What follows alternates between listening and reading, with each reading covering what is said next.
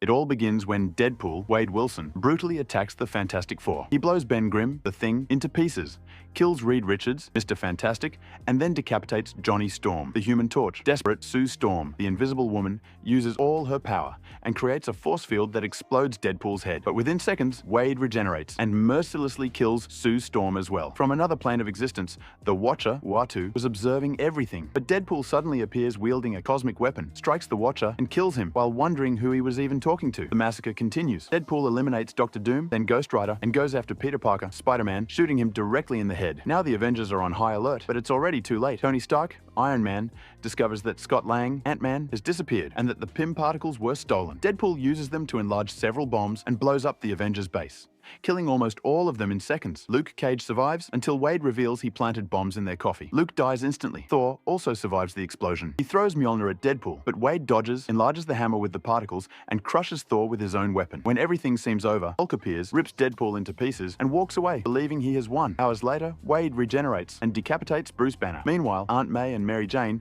along with relatives of other fallen heroes, hire Taskmaster to stop Deadpool once and for all. But Wade is already hunting the X-Men.